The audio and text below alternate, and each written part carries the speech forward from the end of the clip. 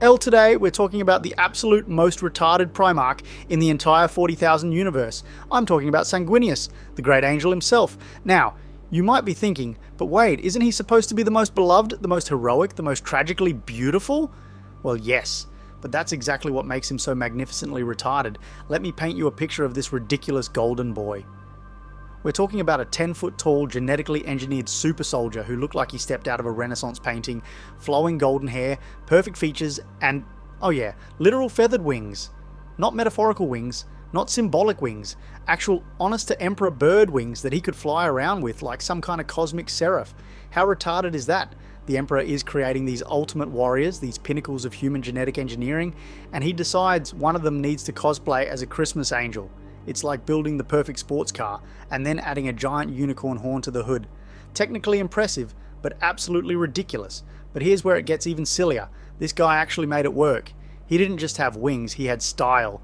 He'd swoop down from the heavens in the middle of battle, hair flowing in the wind, sword gleaming, probably humming opera or something. The enemy would see this beautiful angel of death descending from above and just give up. Half of them probably converted to the imperial cult on the spot. It's the most retarded possible way to wage war, and yet it was devastatingly effective. Imagine being a chaos cultist and seeing Captain Fabio with wings coming to personally ruin your day. You'd question every life choice that led to that moment, and let's talk about his equipment, because even his gear was retarded. The guy carried a sword called the Blade and Carmen, and a spear called the Spear of Telesto. Not practical names like Choppy McSliceface or Pointy Deathstick. No.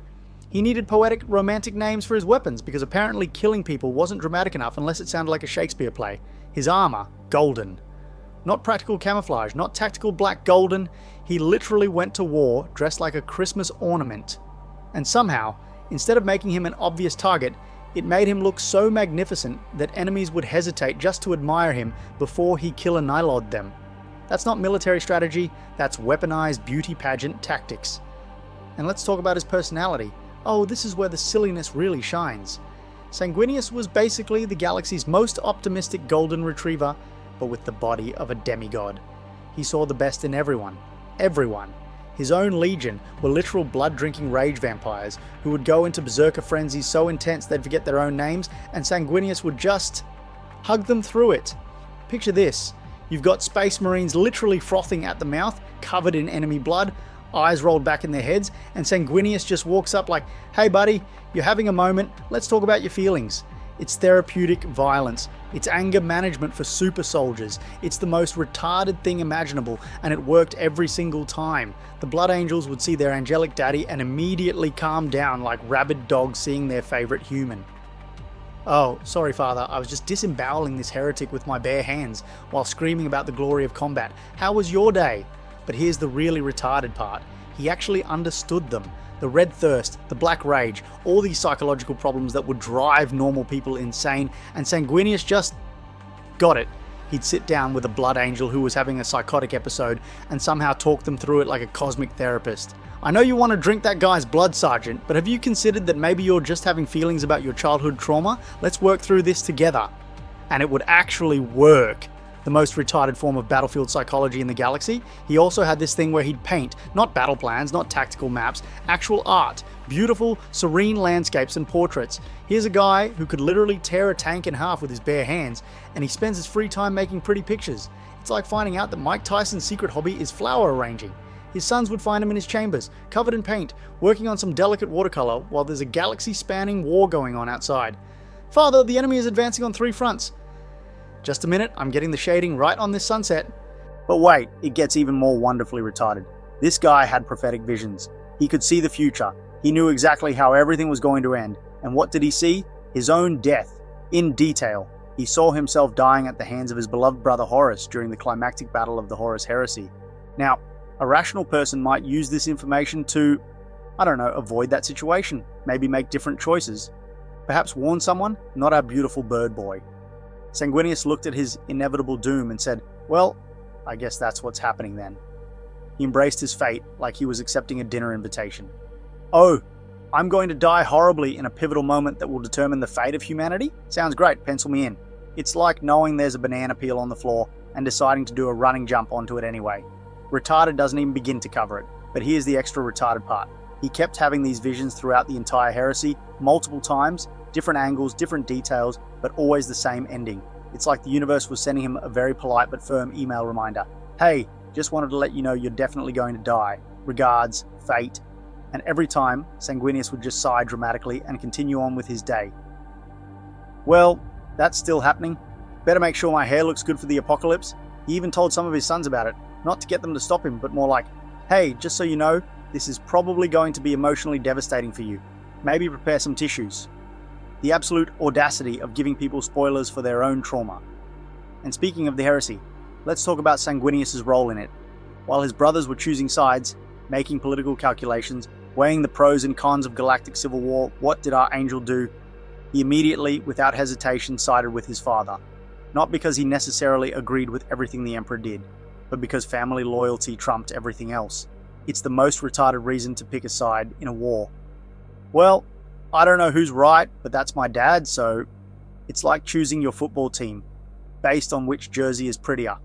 Completely illogical, totally emotional, and somehow absolutely the right choice. And then, oh, this is the best part. When the Siege of Terra happens, when Horus is finally making his move on the Imperial Palace, what does Sanguinius do? He volunteers to teleport directly onto Horus's flagship. The Vengeful Spirit, the murder boat, the ship literally crawling with Chaos Marines who want to wear his pretty face as a hat. His reasoning. Maybe I can talk to him? Let me repeat that. Horus has been corrupted by the 4 Chaos gods simultaneously. He's been twisted into a monstrous reflection of his former self. He's literally glowing with malevolent warp energy, and has spent the last several years turning the galaxy into a charnel house. And Sanguinius thinks, you know what this situation needs? A heart-to-heart conversation. It's like trying to negotiate with a tornado. It's like offering a tsunami a cup of tea. It's the most beautifully retarded thing anyone has ever attempted, and Sanguinius did it because he genuinely believed in the power of brotherly love. But before we get to that final confrontation, let's talk about what happened on the way there. The teleportation didn't go exactly as planned. Shocking, I know. Sanguinius gets separated from the Emperor and Rogel Dawn and finds himself alone in the depths of the Vengeful Spirit. Does he wait for backup? Does he try to regroup? Does he do literally anything tactical? Nope. He decides to take a little tour. He wanders through the ship like he's visiting a museum, taking in all the chaos corruption like it's modern art. Oh, that's an interesting demon possession technique, and look at how they've arranged those screaming soul gems. Very avant-garde. He literally stops to admire the craftsmanship of the torture chambers. Only Sanguinius would find something aesthetically pleasing about a Chaos warship. You know, the lighting in this Hall of Torment really brings out the existential dread. Very moody. And then, because apparently wandering around enemy territory wasn't retarded enough, he runs into a group of blood angels who had been captured and corrupted by Chaos, his own sons, turned into mindless berserkers, and what's his first instinct? Try to save them. Not kill them quickly and mercifully. Not put them out of their misery. No, he tries to reach whatever humanity is left in them. He's standing there, surrounded by demon-possessed versions of his own children, trying to give them therapy. I know you're currently a tentacled horror, but let's talk about your feelings. It's like trying to reason with a pack of rabid wolves while they are actively eating you, magnificently, tragically retarded. So there he is, standing in Horus's throne room, wings spread wide, looking absolutely magnificent and completely doomed. And Horus, who at this point is more Daemon than Primarch, just looks at his perfect brother and essentially says, nah, I'm good. What follows is possibly the most epic and simultaneously retarded boss fight in 40,000 history. Sanguinius, the angel of mercy and compassion, throws down with Horus, the chosen champion of the dark gods. It's like watching a ballet dancer fight a bulldozer. Beautiful, tragic, and utterly ridiculous. And here's the thing, Sanguinius fights like he's trying to save Horus's soul right up until the end. He's literally being murdered by his corrupted brother, and he's still pulling his punches because he doesn't want to hurt him. It's the most heroically retarded thing possible. He could have been ruthless, he could have fought dirty, he could have tried to survive. Instead, he fought with love in his heart and hope in his eyes, right up until Horus tore his perfect wings off and broke his beautiful neck. But here's the truly retarded part. It worked. Sanguinius didn't die for nothing. His death, his sacrifice, his beautiful, stupid, noble gesture, it broke something in Horus. For just a moment, the real Horus surfaced, saw what he'd done to his beloved brother, and felt actual remorse. And that moment of weakness, that's when the Emperor finally struck the killing blow. Sanguinius literally died to give his dad a power-up. It's the most anime thing that's ever happened in 40,000. He pulled the ultimate friendship is magic sacrifice play, and it actually worked. So there you have it, Sanguinius, the great angel, the most beloved Primarch in the entire Imperium, of being so beautiful that artists wept trying to capture his likeness. So noble that even his enemies respected him. So brave that he faced certain death without flinching. And also the most retarded, most romantically naive, most beautifully stupid character in the entire grimdark universe. He believed in love, hope, and redemption in a galaxy that runs on hatred, despair, and damnation. He brought wings to a gunfight and somehow made it work. He's everything that's good about humanity, wrapped up in the most ridiculous package possible. A 10-foot tall angel with daddy issues, vampire children, and an unshakable belief that a good heart can overcome any obstacle. We shouldn't love him. In a universe this dark and brutal, his optimism should be laughable. His faith should be pathetic.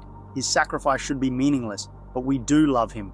We love him because he's retarded. We love him because he's hopeful. We love him because he looked at a galaxy full of horrors and chose to be beautiful anyway.